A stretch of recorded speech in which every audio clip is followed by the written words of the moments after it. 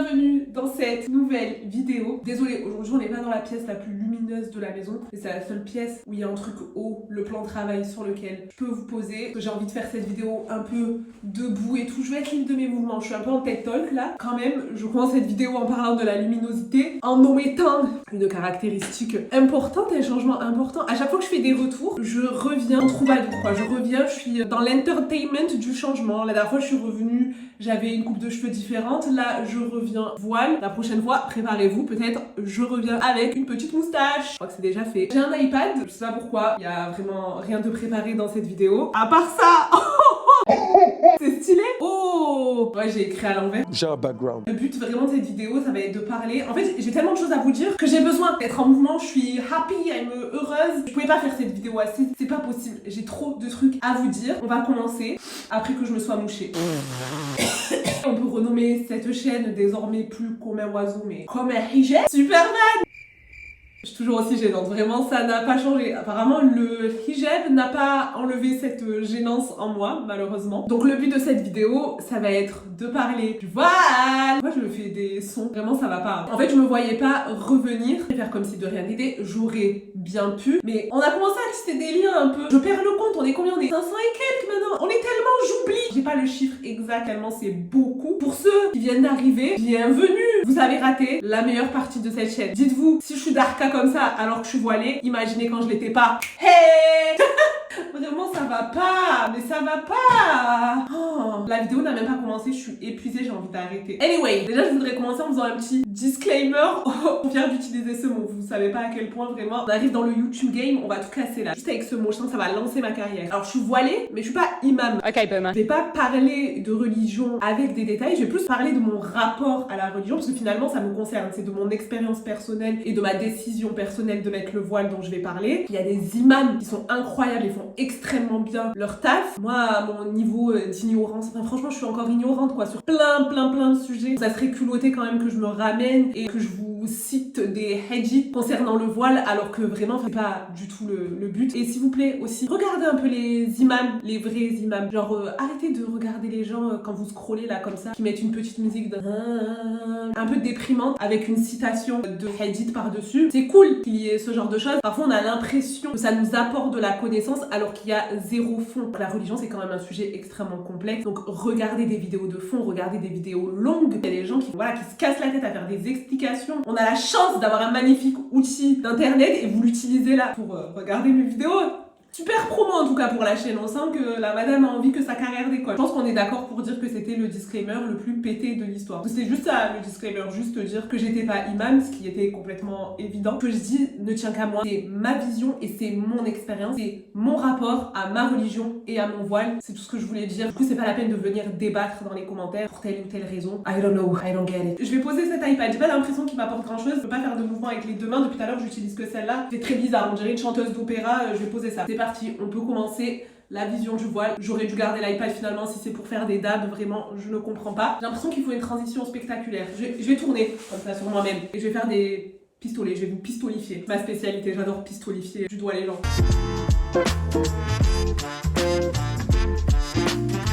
Mes premiers souvenirs de pensée liés à est-ce que je vais mettre le voile ou est-ce que je vais pas le mettre, je pense qu'ils commencent à dater du lycée. En fait, quand on est musulman, quand on est dans une famille musulmane, il y a plein de questions que parfois on se pose pas parce qu'on a grandi avec et que ça fait vraiment partie de notre quotidien au jour le jour. Et donc j'ai grandi dans ma famille avec cette pratique religieuse de l'islam, mais sans forcément me dire pourquoi est-ce qu'on m'avait enseigné ça, pourquoi ça on a le droit de le faire. Je pose pas de questions en fait, tu pratiques, que ta famille pratique ou ce qu'elle ne pratique pas. En fait ça s'appelle juste, je pense, être un enfant. Quand t'es un peu enfant, un peu ado, tu te poses pas de questions. Et au fur et à mesure, ton esprit s'étend et donc tu commences à te poser des questions, tu commences à essayer de savoir le pourquoi du comment. Et c'est vraiment à cette période-là de ma vie, je me suis plus contentée de pratiquer et d'appliquer tout ce qu'on m'avait appris toute ma vie. J'ai vraiment voulu aller chercher par moi-même les informations. J'ai voulu apprendre plus sur la religion, que ce soit par les livres, les vidéos, les podcasts, les choses comme ça. Et donc voilà, petit à petit, tu fais ton cheminement spirituel. Chose très importante aussi, j'ai toujours considéré le voile comme une obligation. C'est-à-dire qu'il n'y a pas un moment donné de ma vie où je me suis dit,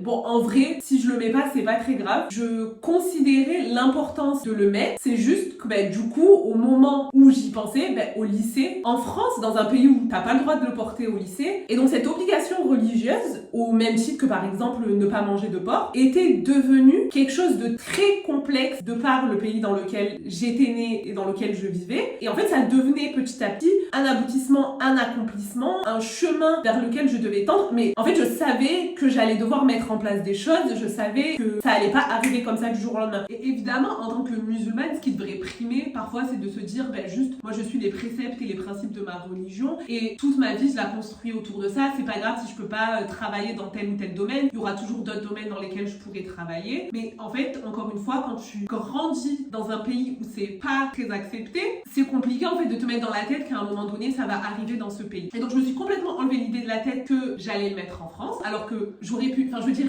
il y a plein de femmes voilées, sister, voilées en France, donc c'est bien la preuve que ça fonctionne et c'est bien la preuve que ces femmes-là peuvent avoir une vie professionnelle, etc., même en ayant le voile, et force à vous, bravo à vous. Mais moi, voilà, toujours à côté de la plaque, du coup, j'ai pris une toute autre voie.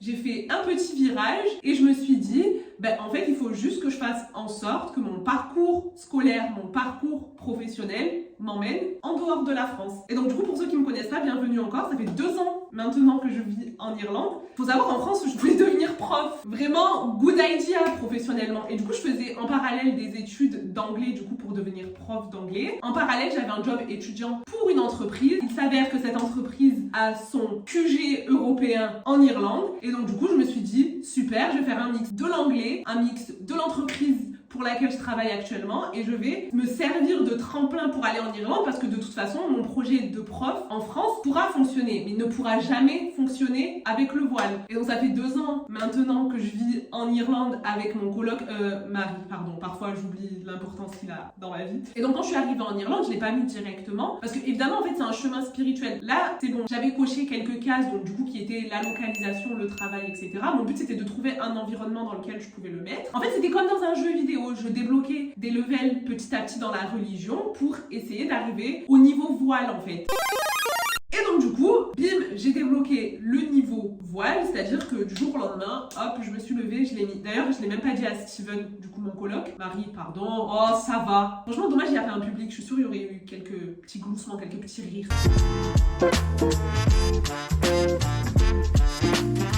En fait, je l'ai dit à personne.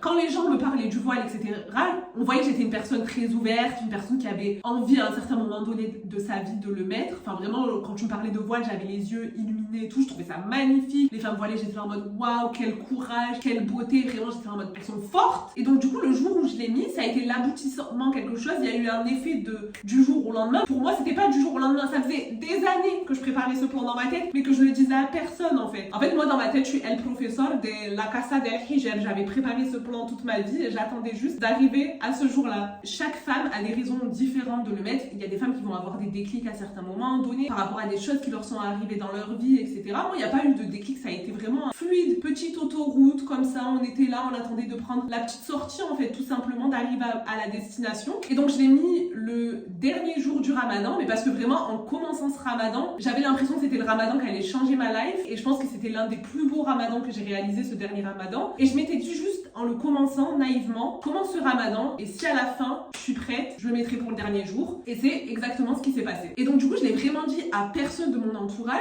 et c'est même pas juste j'ai peur des avis négatifs, parce que dans mon entourage, il n'y a pas d'avis négatifs à ce sujet-là, mais j'avais même peur des avis positifs et des encouragements, parce que je me suis dit, j'ai pas envie d'être encouragée par autre chose que ma relation avec Dieu. Et même si c'est très bon, les encouragements, c'est magnifique, mais c'est juste dans ma tête un peu de psychopathe, je me disais, c'est un truc que j'ai envie de réaliser de A à Z par moi-même.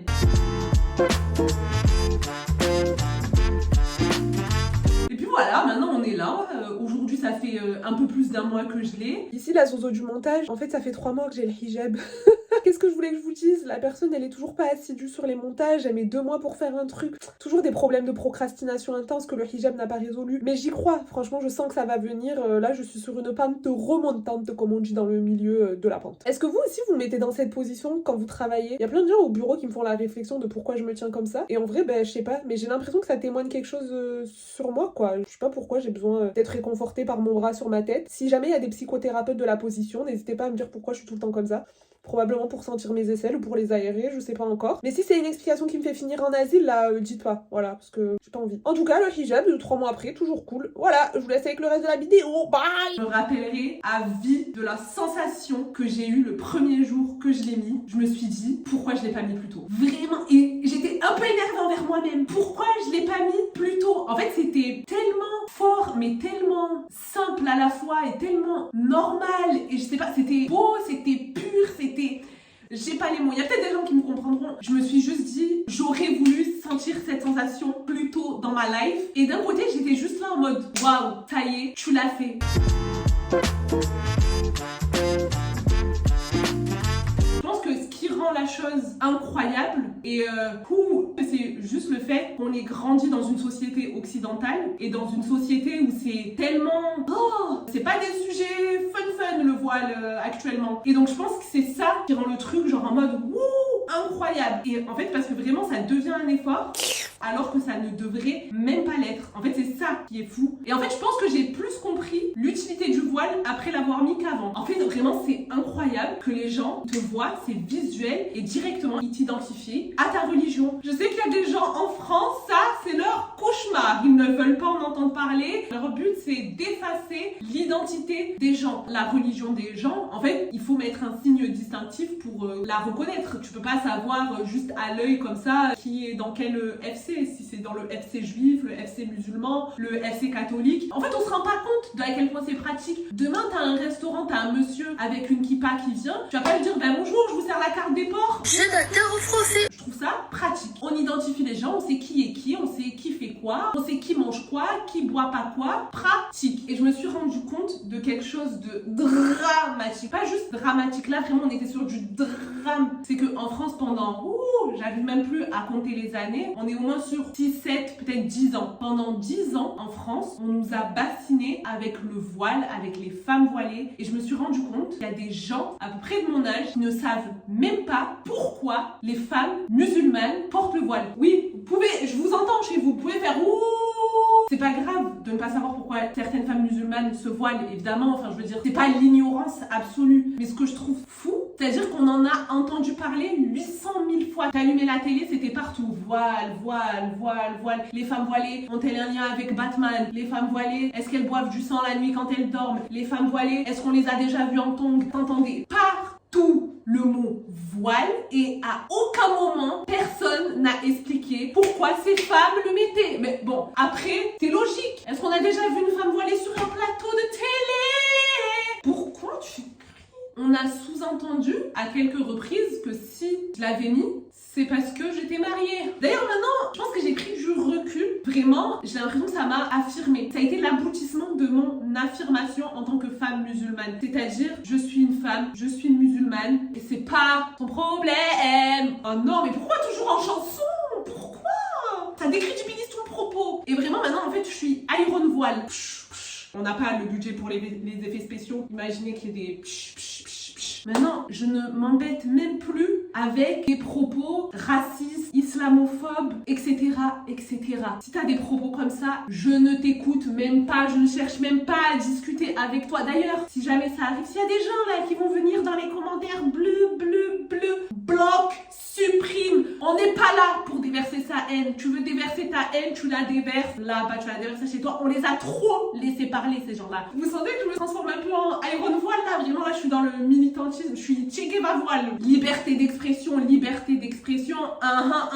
Tes opinions, tu te les gardes. Ce qu'il y a sur ma tête, ça ne te regarde pas. On t'a pas dit de le mettre. Qui t'a forcé? Personne. C'est fou d'avoir une haine pour quelque chose qui ne te concerne pas. On ne vous demande pas de comprendre. Les gens qui sont là en mode je comprends pas vraiment, on est en 2023, on est sur une libération de la femme et encore des femmes qui se couvrent. Je m'adore au français. Personne ne t'a demandé de comprendre. On t'a juste demandé de respecter. C'est tout. Aujourd'hui, les gens ont un avis sur tout. Et dès que c'est un avis un peu pic, ils sont là en mode mais c'est juste parce que je comprends pas. On t'a pas demandé de comprendre. Il y a des choses dans la vie que je comprends pas. Les gens qui mettent des tongs, je comprends pas. Quand je vois une tongue, je suis là. je souffre. Le pied, il t'a fait quoi? Pourquoi tu lui mets un string à tes orteils? Pourquoi entre tes deux orteils, il y a un fil comme ça? Et ça, c'est ce qui se passe dans ma tête quand je vois des gens en tongs. Mais c'est pas pour autant que je suis là, que je crée des pancartes non aux tongs et que je défile tous les 4 matins en disant non aux tongs en fait. Tu te connais, tu te calmes 2 minutes, ça te concerne pas, c'est pas ton pied en fait. Un autre exemple, vraiment je kiffe parler en métaphore, je suis la personne des exemples des métaphores, c'est ma passion. Steven, mon coloc, j'adore faire la blague, vraiment c'est ma blague favorite. Ce gars-là déteste, accrochez-vous bien, la mangue. C'est pas fini, accrochez-vous. Il déteste la noix de coco. Vous entendez chez moi là, oh non Steven, c'est pas normal de pas aimer la mangue et la noix de coco. Voilà. Je vous entends vous énerver, vraiment j'entends déjà les manifs arriver devant chez moi avec des pancartes. On est d'accord, c'est un sacrilège. Les gens qui aiment la mangue et qui aiment la noix de coco, c'est-à-dire tous les gens normaux, savent que c'est pas normal de ne pas aimer ça. Et pourtant, je l'ai épousé. Parce que déjà de 1, ça ne me concerne pas. Et puis, il y a des alternatives éclatées, là, la rhubarbe et tout, là, tout ça, tous ces yaourts, là, c'est lui qui les mange, pas qui mange ça. Et de 2, ça en fait plus pour moi. Moi, hop, j'achète les yaourts, mangue, noix de coco, je me les farcis tous. Et ça, c'était un pur bonheur. Tout ça pour dire, si les gens aiment ou n'aiment pas, croient, ne croient pas, font, ne font pas les mêmes choses que toi, c'est pas ton problème. Même ma voix, elle est partie. C'est pas ton problème. Repeat after me. C'est pas ton problème. Bref, un dernier truc, je vais finir sur ça parce que là, c'est bon. Ça fait trop longtemps que je parle et je me vois là sur le retour calme de tout à l'heure. J'ai envie de m'étrangler comme ça. Arrête de parler. Ne nous montrez pas ces images à des psys ou à des asiles. Ils vont venir me chercher s'il vous plaît, gardez ces images pour vous. Et je vais finir sur ma réflexion maximale du moment. La devise de la France, c'est liberté, égalité, fraternité. Vous avez en face de vous une femme musulmane d'origine algérienne qui n'a jamais enfreint un seul mot de ces 3 devises. Par contre, on se sait, vous savez, il y a des personnes aujourd'hui avec des petits esprits qui ont beaucoup de haine à déverser et j'aimerais qu'on me dise en quoi ces personnes n'enfreignent pas liberté, égalité, fraternité. Tous les jours, ils l'enfreignent. Tous les jours, ils passent à la télé. Il n'y a pas de chute. Je vous laisse juste avec cette réflexion. Dernière citation, l'unité, ce n'est pas l'uniformité. Allez, je vous donne cadeau comme ça, citation. On donne, on est dans le partage. On se retrouve bientôt pour une nouvelle vidéo. Ne me textez pas, ça sert à rien. Je vous vois venir, je vais pas faire de tuto voile. Je suis déjà en galère moi-même. Merci à toutes les sœurs qui ont fait des heures de vidéos sur YouTube, des réels et tout. Mais je peux vous dire qu'au début, ça partait dans tous les sens. Donc, c'est pas mon rôle de faire des tutos. Franchement, je serais pas légitime dans ce truc-là. Par contre, s'il y a un truc dans lequel je suis légitime, c'est le parkour. Et je vais quitter cette vidéo en parcours. Préparez-vous. Ça va être époustouflant pour les gens qui ne connaissent pas parkour. Regardez The Office.